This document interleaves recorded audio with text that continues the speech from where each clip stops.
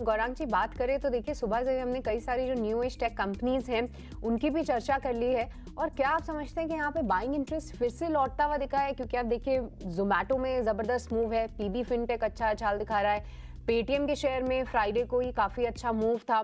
साथ ही newly listed company जो कि ऑटो और टेक दोनों मिक्स्ड है, ओला, वो भी सर्किट पे जो है लगातार हम देख रहे हैं कि वो स्टॉक फ्रीज हो रहा है।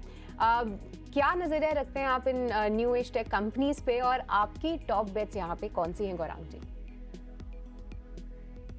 धन्यवाद सृष्टि जी, आपको भी गुड प्रणाम मॉर्निंग। और शुभ प्रभात हमारी तरफ से। तो इतिहास और वास्तविकता हमारे समक्ष है। खास करके एक कंपनी जिसका आपने नाम लिया वो है जोमेटो।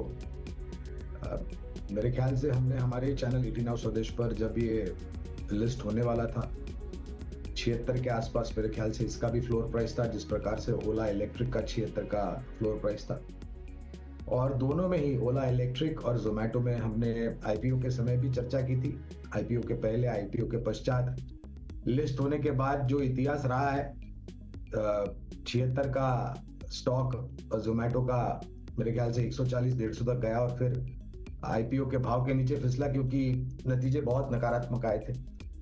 फिर से हमने तभी उसी समय राय दी थी कि अगर निवेश है तो बने रहे, अगर नहीं है तो कर सकते हैं। और आज अ, ये सुन के अच्छा लगता है कि लोग 325 350 के लक्ष्यांक लेके आ रहे हैं। तो कवायद तभी भी थी आईपीओ के समय पर, उसके बाद जब वो गिरा आईपीओ के नीचे तभी भी कवायद थी, कि आज के तारीख में भी है।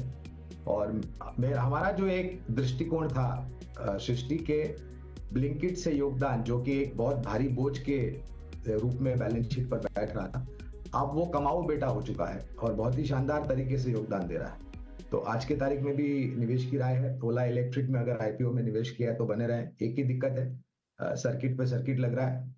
वास्तविकता अब शायद लोग ये भूल रहे हैं कि इनकी बैलेंस शीट पर 1500 करोड़ का नुकसान है, जिसको मेरे ख्याल से निकालने के लिए इनको कम से कम 1.5-2-3 साल लगेंगे और फिर मुनाफे में आएगी कंपनी। तो ये जो सर्किट पे सर्किट चलता है ना सृष्टि, तो मुझे थोड़ा बहुत भय लगने लगता है। लेकिन हाँ, अगर आईपीओ का निवेश है तो बने रहे। उसी तरीके से पेटीएम का भी इतिहास हमारे समक्ष है। परिवर्तन हो रहा है, लेकिन समय लगेगा सुधार होने के लिए।